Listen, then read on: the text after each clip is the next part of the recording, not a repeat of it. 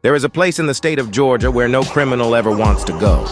That place is called Alto State Prison, formerly Lee Arundel in Alto, Georgia. If you come here, you surely won't make it out. Stay tuned for Tales from the Toe. F.R.E.E. Volume 2. El Chapo takes over BMF. A few months after being released from the cold confines of prison, Big Meech moved out of Lil Meech's condo in the Buckhead section of Atlanta, feeling like less of a man for living off of his son. Soon afterward, he got news from one of his former soldiers back in Alto that El Chapo basically took over BMF and was a king in there. The notorious drug lord found himself confined behind Alto's unforgiving walls, but as fate would have it, his incarceration wasn't the end of his reign. It was merely the beginning of a new chapter. It all began with a whisper, a rumor that drifted through the corridors like smoke on the wind. El Chapo had received a massive shipment of product, an influx of narcotics that promised riches beyond imagination.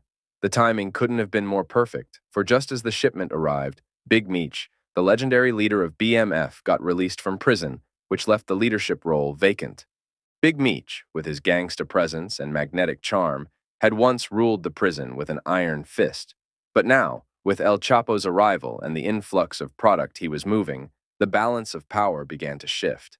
The old BMF, known for their expertise in distribution, was being embarrassed by the new version of the hustling gang who, without Meech as its leader anymore, slowly fell under El Chapo's rule of thumb, primarily because he was the source of the product being brought in.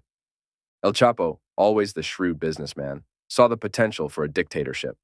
With BMF's muscle and his vast resources, they dominated the prison trade like never before. El Chapo disliked the fact that there were predominantly African-American men in BMF, so now that he was boss, he began recruiting more Latinos in Alto to join, and so, after a few short months of operation, El Chapo got the big head and made an announcement out on the prison yard. From now on, BMF stood for the Brown Mafia family, not the Black Mafia family, a symbol of their Latino heritage and El Chapo's indomitable spirit. Under El Chapo's leadership, BMF flourished like never before.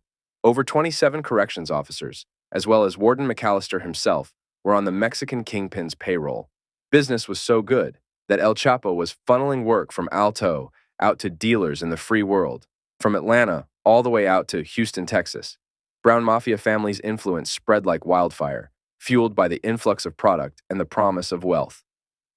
El Chapo, with his strategic mind and ruthless determination, quickly began to assert his dominance within the organization. He was no longer just a member, he was the de facto leader, the kingpin of BMF. As his power grew, so did his ambition. El Chapo saw beyond the prison walls, envisioning a legacy that transcended confinement. He began to lay the groundwork for BMF's expansion beyond Alto State Prison, plotting their ascent to even greater heights. But with power comes opposition, and there were those who resented the rise of the Brown Mafia family. Rival gangs like MS-13 and a gang out of Texas called Tango Blast, envious of their success, plotted to overthrow them. Yet, El Chapo proved to be a formidable adversary, outmaneuvering his enemies with cunning and ruthlessness. Slowly but surely, the Brown Mafia family solidified their grip on Alto State Prison, becoming untouchable within its walls. And as they continued to thrive, in the annals of prison lore, their tale would be told for generations to come. The rise of the Brown Mafia family, a testament to the enduring power of ambition, loyalty, and the relentless pursuit of greatness. Big Meech was deeply upset. Here he was, standing next to his brother at a Walmart supercenter on Old National Highway in the southern part of Atlanta, checking people's receipts to make sure they didn't finesse the self-checkout stations while some Mexican just took over his entire gang. Family, actually. A family that he and his brother started in their native Detroit, Michigan several decades ago.